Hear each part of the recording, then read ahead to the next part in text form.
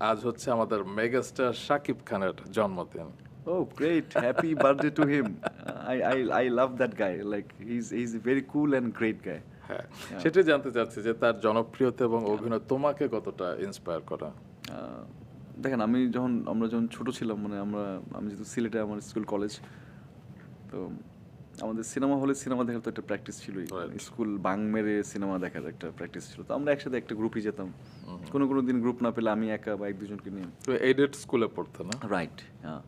তো আমাদের স্কুলের পিছনেই সিনেমা হল ছিল, যদি এখন নেই সিলেটে, প্রায় 7-8টা সিনেমা হল ছিল আমাদের স্কুলের আশেপাশে। তো ন্যাচারালি হ্যাঁ, ভালো সিনেমা খারাপ সিনেমা মিলিয়েই তখন সিনেমা চলতো আর কি।